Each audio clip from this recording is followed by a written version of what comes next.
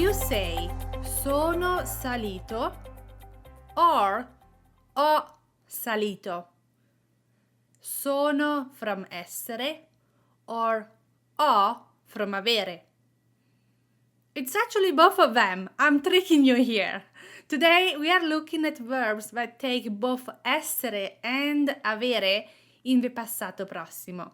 Don't forget to download your guide at italianmatters.com/34. Iniziamo! Ciao e bentornati! Welcome back! Sono Margherita, as always, here to make Italian grammar easy. And today we are talking about a topic that is sometimes challenging, choosing between essere and avere in the passato prossimo. The passato prossimo is used in Italian to talk about the past. A challenge of this tense is that we have to choose between essere and avere. And if you are not sure whether to choose one or the other, make sure that you scroll down and check out episode 1, or you can go to italianmatters.com/1, where you will find a printable guide summarizing the episode. While usually verbs either take essere or avere in the passato prossimo, it's one or the other, there are also irregularities. There are some verbs that take both essere and avere. And the reason for that is that they can take a direct object or not. Going back to the example at the beginning of the episode, sono salito, I went up, and ho salito, I went up. Both of these phrases are correct. In the first case, there is no direct object. So we can say sono salito velocemente. I went up quickly. In the second case, instead, there can be a direct object. Ho salito le scale. I went up the stairs. In this case, the stairs is the direct object. And since we have a direct object and we are answering the who, what question, I went up what, the stairs, we can answer that, then we use avere. The main verbs in Italian that can take both essere and avere are aumentare, to increase, bruciare, to burn, cambiare, to change, cessare, to cease, continuare, to continue, cominciare, to start, correre, to run, crescere, to grow, fallire, to fail, finire, to finish, girare, to turn, guarire, to heal, migliorare, to improve, passare, to pass or to spend with time, salire, to go up, saltare, to jump, scendere, to go down, servire, to serve, suonare, to ring or to play with an instrument, and trascorrere, to spend with time.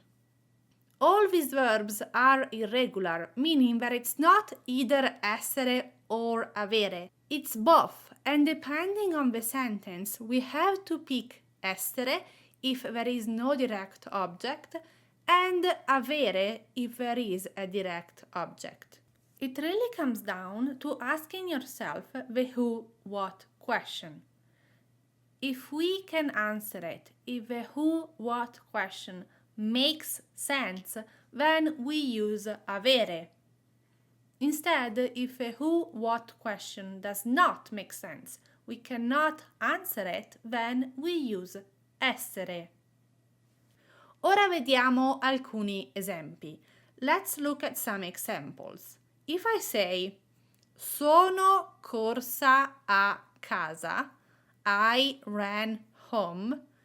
In this case, if I ask the who, what question, sono corsa, I ran, who, what, it does not make sense. It's a question that I cannot answer. I can say I ran where? Home. But I cannot say I ran what. And for this reason, I'm using sono. Sono corsa. If instead we change the meaning of a sentence and we have a direct object, we can say ho corso 3 chilometri. I ran 3 kilometers. Ho corso, I ran, who, what? I can answer this. I ran 3 kilometers. Ho corso 3 chilometri.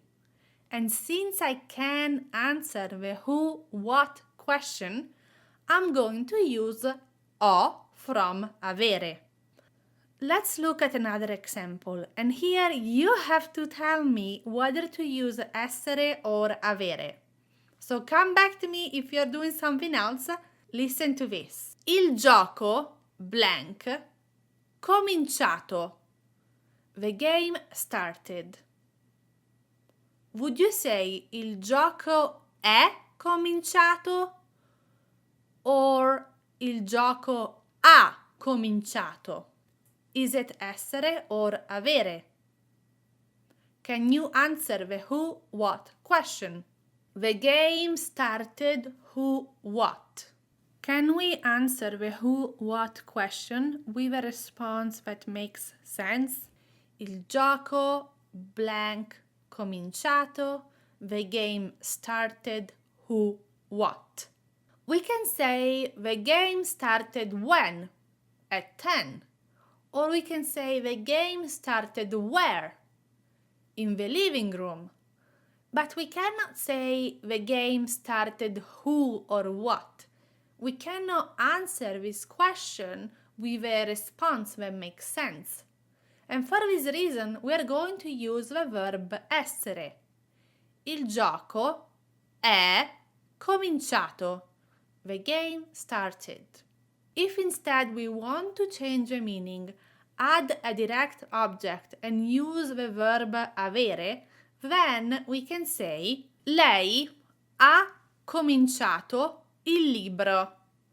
She started the book. In this case, if we say she started who, what, the book, it makes sense. We can answer this question, and so we're using the verb avere. Again, it needs to be clear when to use essere and avere to then understand these verbs that can actually take both. And if you're not sure, make sure that you check out episode number 1. I strongly recommend that you download the list of verbs that take both essere and avere at italianmatters.com/34. Quindi questo è tutto per questo episodio, grazie di essere stati qui oggi, ci vediamo settimana prossima, ciao!